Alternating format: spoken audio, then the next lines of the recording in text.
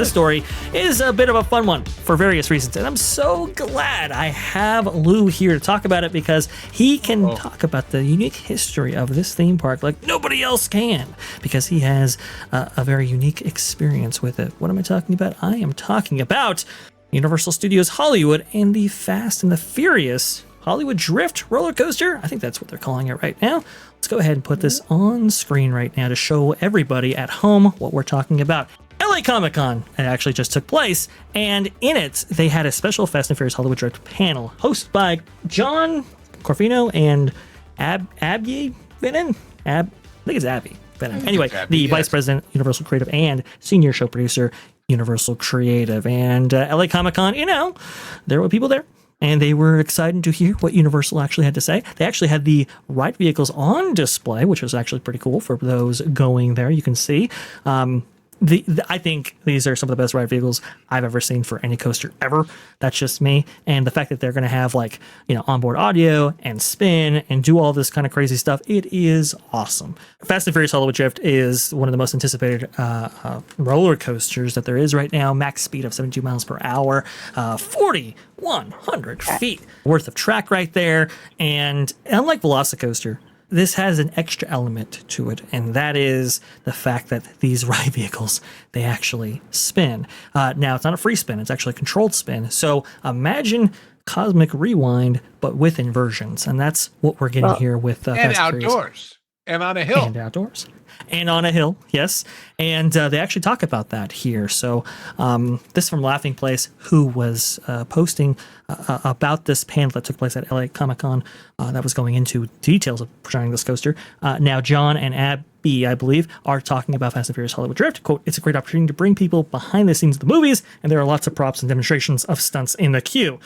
And a lot of people said, that's very interesting. I mean, I understand it's Universal Studios Hollywood, but the fact that it's not immersing you into a storyline, interesting. You'll really be able to get up close and personal with some incredible vehicles and some really cool moments. And that's a quote from one of the Universal creatives there. Apparently, there have been around 70 different iterations of Fast and Furious Hollywood Drift in development for over 9 years. Very impressive. Quote, "We wanted to somehow go around and underneath the Starway," says Corfino.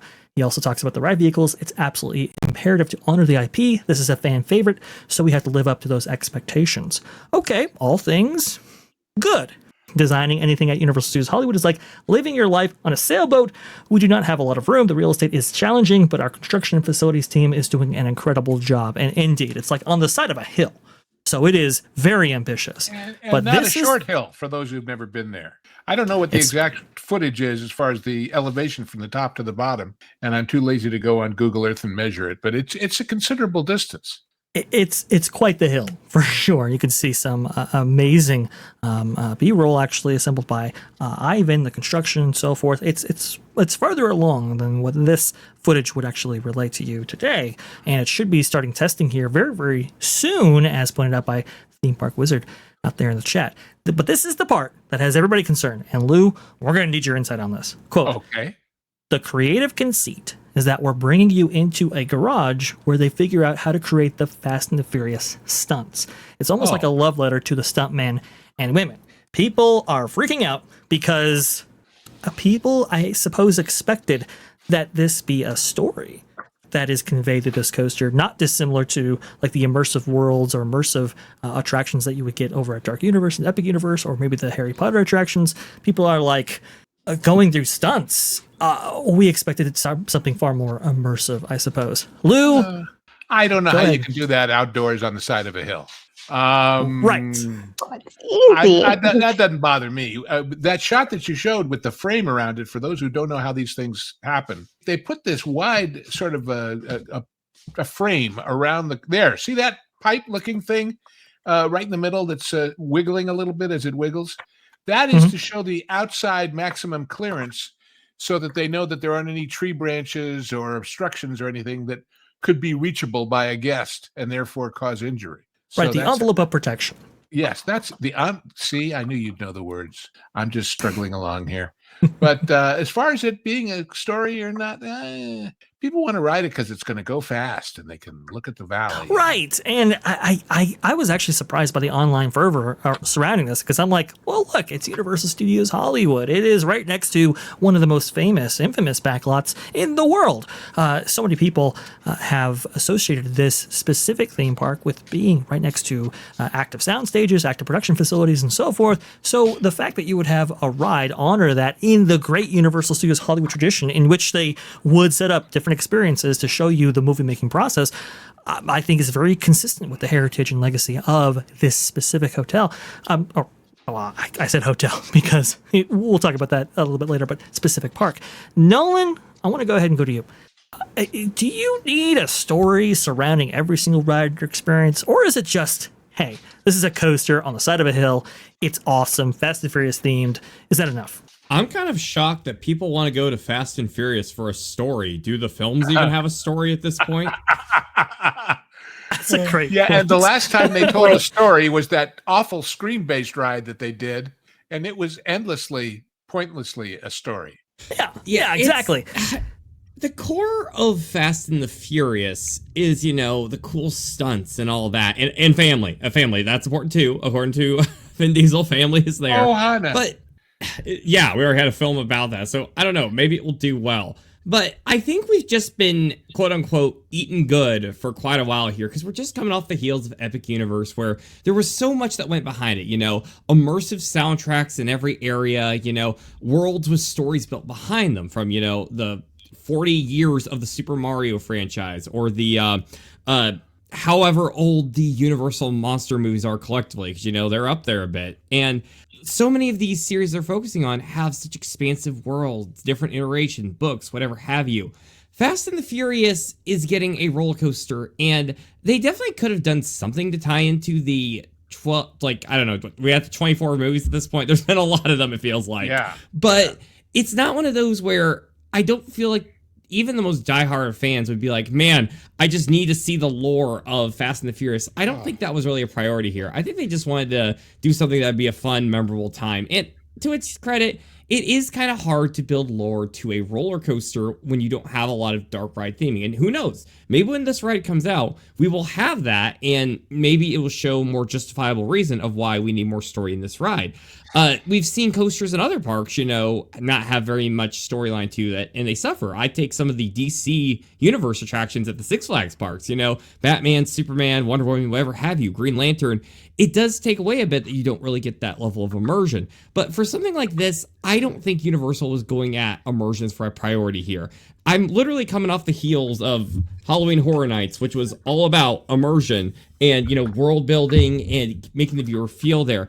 This is supposed to be some fun, crazy thrills. And when you have a park that's really built off the foundation of feeling like you're there, having a coaster like this that doesn't have very much story focus, I think that's okay as long as you got a healthy variety. Now, if all of their projects on the horizon are going to start looking like this, I'd say it's time for pushback. But for right now, I think Fast and Furious fans are eating pretty good, as well as the casual theme park going. Indeed. The story is, it's a car. It goes fast. It spins. Vroom, vroom. Thank you.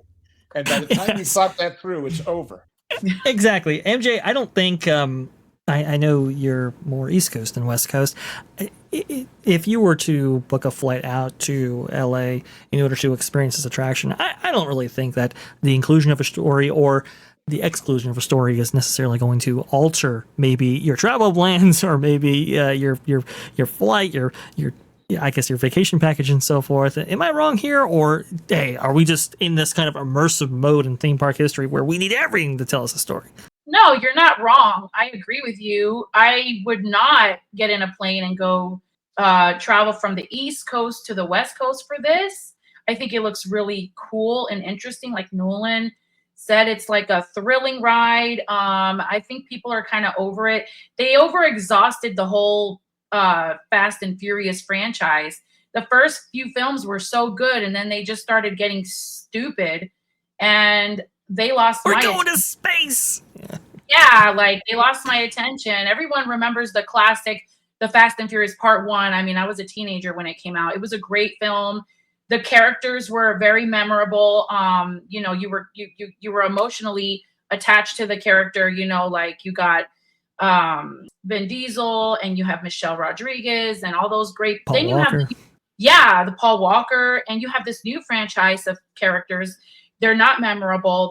You can easily forget about them. I would not travel to go on that. But if I happen to be there and it was like a low wait, I would totally do it with my family. But I'm not going to go all the way over there for that. Now, if they brought Jaws back, I'm heading over there. But, Interesting. Okay. Well, apparently apparently there are. Jumping on a plane real quick. Totally. Yeah. Well, they have a Jaws encounter, but not the ride. Your motto is sharks, yes, cars, no. Right. It would appear so. Erika, I know How about a shark in a car? Ooh. That's Bad Guys, like my son's favorite movie, The Bad Guys, the shark is in the car. Oh. It's like Jaws and the Furious or something. The coaster to Sharknado, I guess, but I don't know. Yes, that's. I got to tell you, the most challenging engineering issue on this whole thing, from what I know of that location, is noise. Right. Because they get everybody complaining about everything coming out of that studio now. Anyway, everybody, it's people who move in under the approach path to LAX and then say, "Oh my God, there's airplanes here. I'm going to sue." Yeah, exactly. Or when you live in Anaheim, it's like, if there are fireworks every night. Yes, exactly. There have been for over 70 years. Thank you. Erika, I know you have a unique connection to the coaster world community and all of that. Lastly, with you, look, I don't think a story is necessary, but maybe it is. Maybe that really changes the dynamic. Despite that, excited to go on this? You're funny. No. I know there's no over-the-shoulder restraints. I know how you feel about that. Yeah, it's like when I saw the train, I was like, yeah, I kind of figured. So no, for this particular attraction, I don't think you need a good storyline. It's Fast and Furious. Everybody knows the franchise. It's about cars. Cars are supposed to go fast. It's very sweet, short, straight to the point on the marketing. And it's pretty much what you would expect, especially when you look at Rock and Roller Coaster over at Studios at Disney. They've got a train that looks like a long limousine. So the precedent has been set on a design for a train for a coaster like this. And I think it's kind of genius. And now you don't need a whole ton of theming for this particular IP. It's going to sell itself. People love coasters. I love the ingenuity of them. I just can't ride most of them. Both scaredy cat and I do have medical reasons. I can't, even if I wanted to now. Well, and then the other question is, it just occurred to me, what they're competing with is not other coasters. They're competing with the real crazy drivers on the freeways right down the hill. Because as somebody who's transited that area quite frequently in the last 72 years, some people out there are fast, and the rest of us are furious about it. On the other hand, I'm happy to say that none of these cars looks like a BMW, which is the dead giveaway of a bad driver. The BMW meme. Oh my goodness. It's so funny. Go ahead, Eric. I don't know if that was just a bad angle or a bad picture, but it looked like it wasn't like painted all the way. Thing to get it to be a I think it's just the picture. It was just the angle. I can tell you the finishes on this look absolutely amazing. Noise is definitely a concern. I know there's a big sound barrier that is actually going in next to the tram pathway right there. I know noise is up the utmost concern. They were pitching the city and they said, okay, there's not going to be any LED lights on these coaster trains in order to minimize light pollution and so forth. So there's a lot of considerations made with this. It's supposed to be starting testing very, very shortly, and it should be good for an early 2026 debut, we are hoping. But I'll end it on this. I think this is fantastic from Just a Touchy for the 2 Euros, Fast and the Fragile, the final lap, coming 2026. Pretty good stuff. I thought it would be the Fast and the Fierce. Isn't it the Fierce? Yeah, Fast and the Fierce, indeed. Thanks for watching That Park Plays News. For more information, consider checking out www.thatparkplace.com. And don't forget to subscribe, share, like, and send this out on your favorite social media accounts.